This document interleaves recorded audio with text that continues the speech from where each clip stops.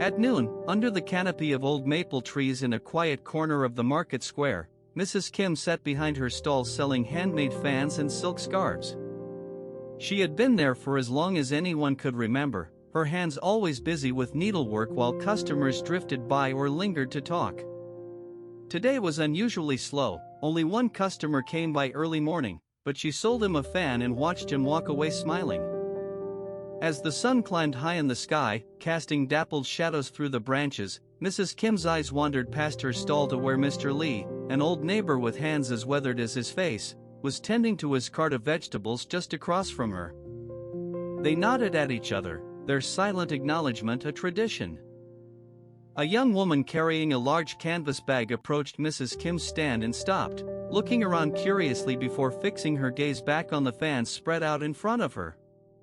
Her name was Mei Ling, and she had come to town that morning from a neighboring village to visit her aunt who lived nearby but hadn't found the time yet. "Hello," Mei Ling greeted with a small smile. "Good day," Mrs. Kim replied warmly, straightening her fan display as if suddenly reminded of their presence by Mei Ling's arrival. She paused and looked at the girl's bag resting heavily on one shoulder. "Are you shopping for your aunt?" "Yes, I hope so," Mei Ling answered hesitantly, pushing a stray lock of hair behind her ear.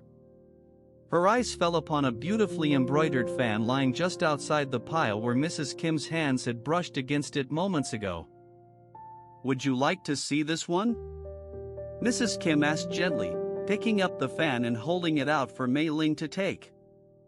Mei Ling took the fan carefully in her hand, turning it over to admire the intricate design of red peonies and gold clouds on a pale green background. It was more than she had intended to spend, but when Mrs. Kim looked at her expectantly, Mei Ling found herself nodding without fully understanding why. "Beautiful," Mei Ling said quietly, handing back the fan after one last glance at it. "But I don't think I can afford this." Mrs. Kim's expression softened further as she understood the hesitation in Mei Ling's tone. She put the fan down gently and then opened her hand to reveal a small handful of coins that clinked softly when released into Mei Ling's palm. "Take this," Mrs. Kim said, her eyes steady on Mei Ling's face. Mei Ling looked down at the money, then back up at Mrs. Kim in surprise and gratitude. "I don't know what to say." Mrs. Kim waved off any thanks with a simple smile, returning to her sewing but not moving too far away from where Mei Ling still stood. After a moment's contemplation, Mei Ling placed one hand over the money while she reached into her bag for something of her own, a small pot of homemade jam that had been made by her mother. She brought it out slowly and offered it to Mrs. Kim with an apologetic look but also warmth. Mrs. Kim accepted the gift warmly, holding it as if it carried the essence of home itself. "Thank you," she said sincerely. Mei Ling lingered a little longer at the stall before saying goodbye. As she walked away into the midday light of the market square, her steps seemed lighter, and she held onto both the fan in one hand and the bag with renewed resolve. Mr. Lee had been watching from his cart all along and now smiled gently to himself as he saw Mei Ling leave, knowing that though no words were spoken about such things between him and Mrs. Kim, their understanding was deeper than anyone else's could be. Back at her stall, Mrs. Kim turned back to the fan she had offered before but did not take it up again. Instead, she simply sat there quietly for a moment longer, her hands still moving slowly through idle knots of silk thread. You're listening to the Empty Teahouse. A shadow lingered, then moved on. Dawn's first light teased the horizon beside an old gate and forest path. At dawn, when the sky was still dark but the first hint of light teased the horizon, Lena sat on a wooden bench beside an old gate at the edge of a forest. The gate had seen better days, its ironwork rusted and warped from years of neglect. Behind it lay a path that disappeared into the dense trees, veiled by morning mist. Lena's hands were steady as she worked, turning each small stone in her lap over to inspect them one by one. She wore an old sweater with patches at the elbows and a skirt that had seen many seasons. Her hair was pulled back in a loose braid, and around her neck hung a silver locket. A sudden sound made Lena look up. A young woman, no more than 20, approached the gate, her steps hesitant as she glanced nervously from side to side. She held a bouquet of flowers wrapped in tissue paper, their vibrant colors stark against the drabness of dawn. "Excuse me," the young woman said quietly, stopping before Lena's bench. Her eyes were wide and uncertain. "Can I sit here?" Lena nodded without looking up, continuing her meticulous inspection of stones. The girl took a seat beside her but remained silent, fidgeting with the bouquet in her lap. After a moment, Lena reached out, taking one of the flowers from the young woman's hand, its petals soft and cool against her fingers. She placed it gently next to a stone she had just finished examining. "These are lovely," she said quietly, though there was no need for words. The gesture itself seemed enough. The girl relaxed slightly, watching Lena work. Her breath fogged in the chill air. "I've never seen anyone like you here so early," she said after another pause. "What do you look for?" Lena's hands paused, her eyes considering one of the stones carefully before placing it aside. "Something that's been there a long time but hasn't been noticed." The young woman nodded slowly, absorbing Lena's words without speaking. They sat in companionable silence as the first light of day began to filter through the trees. Eventually, the girl rose from her seat. She placed another flower next to Lena and carefully rearranged them around the stones. "Thank you," she whispered, glancing once more at Lena before turning and hurrying away down the path. Lena watched her go until she was out of sight, then returned to her work. Her hands moved steadily as she sifted through each stone, finding their quiet stories. The sky had turned pale blue, and a crow cawed from nearby trees. A soft breeze rustled through the leaves, carrying with it the scent of blooming flowers. As Lena's fingers found one last perfect pebble, she paused to look at her reflection in its smooth surface. Then, as if by habit, she took out the silver locket and opened it. Inside were pictures of someone long gone, a face that smiled softly back at her now. She slipped the locket away and returned to the stones, her movements measured and calm. A breeze brushed past, bringing with it a faint whisper from the trees. Lena's fingers closed around one final stone, setting it gently aside. The day had begun, but for now, she remained on that bench beside the old gate, watching as light filled the world around her. A sparrow chirped softly, its wings flitting away to a courtyard where night settled over stones and ripe fruit. In the courtyard with a single persimmon tree, late autumn's cool air settled over the stones. Below the tree's sparse branches hung one last fruit, heavy and ripe. A young woman named May stood beneath it, her hands empty but her gaze intent. Beside her, an elderly man bent to pick up stray leaves that had fallen. "Would you like me to fetch a ladder?" she asked quietly. The old man shook his head without turning from the leaves. "No need," he said, and continued sweeping with slow, deliberate movements. May nodded and watched him for a moment before stepping closer to the tree trunk. She reached up and gently plucked the fruit, cradling it in her palm as though holding something delicate yet precious. The smooth skin felt cool against her fingers. "Ah," he said, looking over at her with a faint smile, "you have picked well." She turned to him, offering the persimmon.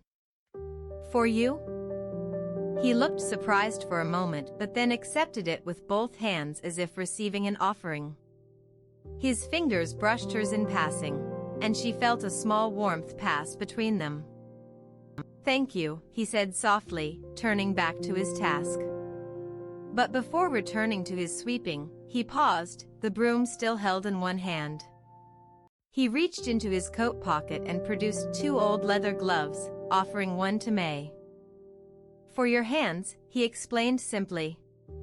She took it, marveling at its well-worn softness. She put on the glove and continued standing by the tree, feeling the slight chill of the courtyard air on her bare hand. The persimmon's warmth still lingered in her palm where she had held it a moment before. The old man went back to sweeping leaves with steady strokes, leaving behind only smooth stones that gleamed faintly under fading light. May watched him for a while longer, then took the fruit and walked slowly over to where he had begun his work, setting it carefully near an empty spot among the stones. As darkness fell and lanterns flickered on around them, they continued their quiet tasks without speaking, each aware of the other in some subtle way that went beyond words. When she eventually left for home, the old man was still there with his broom, and the persimmon lay untouched where she had placed it, its deep red color glowing softly against the stones. The persimmon's shadow stretched long as dusk gave way to midday blue skies framed by storm-torn trees. In the stillness of midday, beneath the vast expanse of blue sky framed by storm-torn trees, a stonecutter rested on a hillside terrace. The air carried hints of rain from the morning's deluge but held a welcome coolness that eased his tired bones and damp clothes. From the village below came the sound of wheels creaking against the earth path. A woman appeared, her basket swinging heavily at her side as she climbed upward through patches of sun and shadow. She stopped beside the stonecutter and laid down her load near a gnarled oak. "I've been searching for a place to rest," she said, wiping sweat from her brow with a handkerchief. "May I join you?"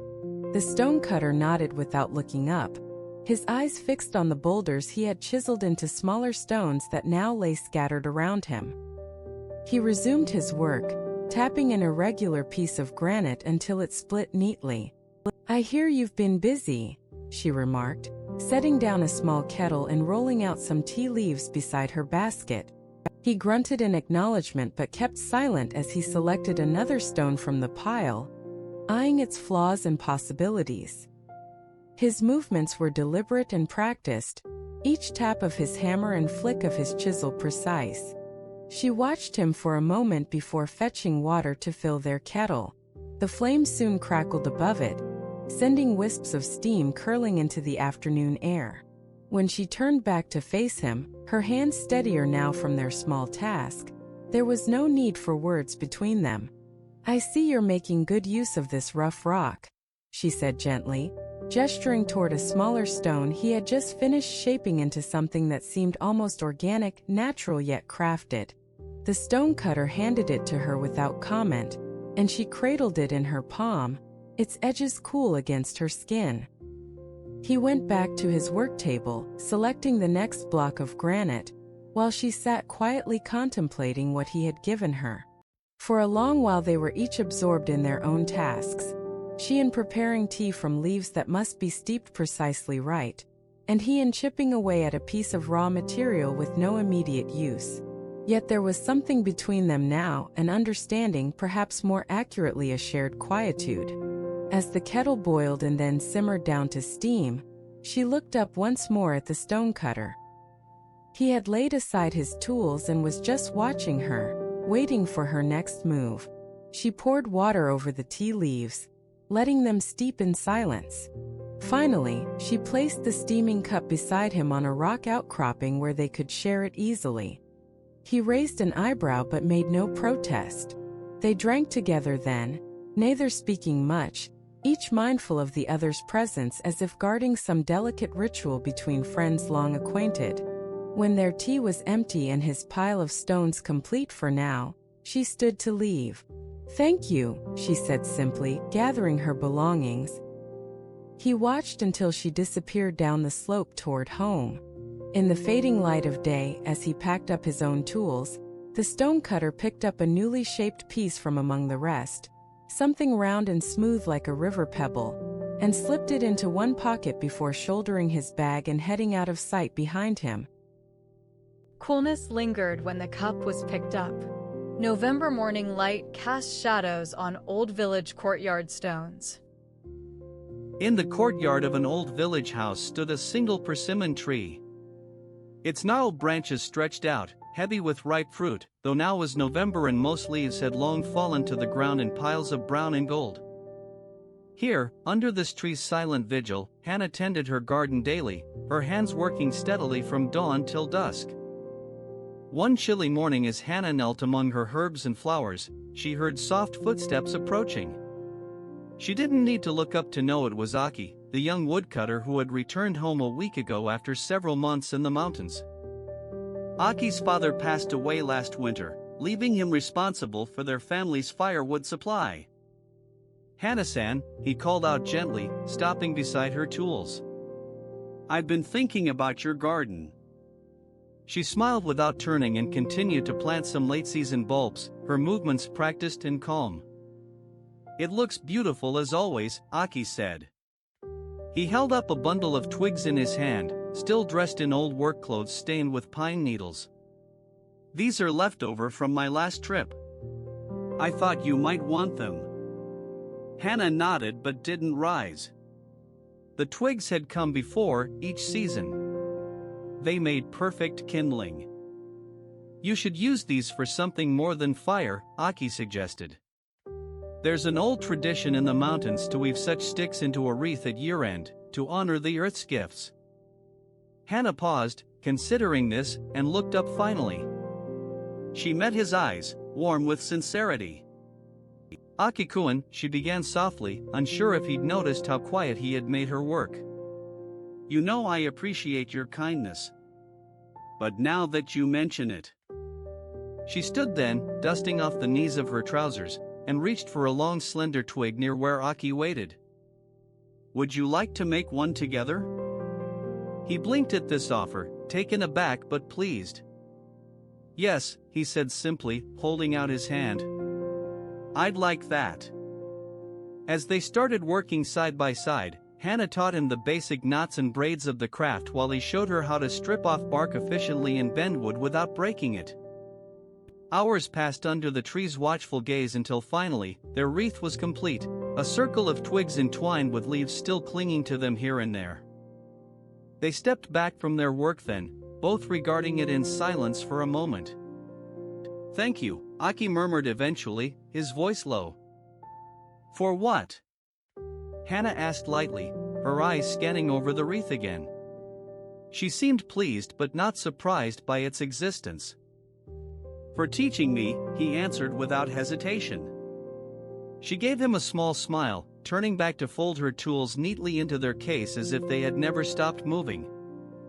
When she turned around once more, Aki was gone, retreating silently from the courtyard like mist at dawn. Hana went inside and hung up the wreath in her kitchen, right above the door leading out to her garden.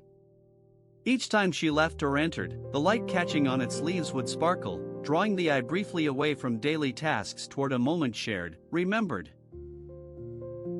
The wreath's shadows lengthened, marking another day's end in quiet courtyards and silent vigils.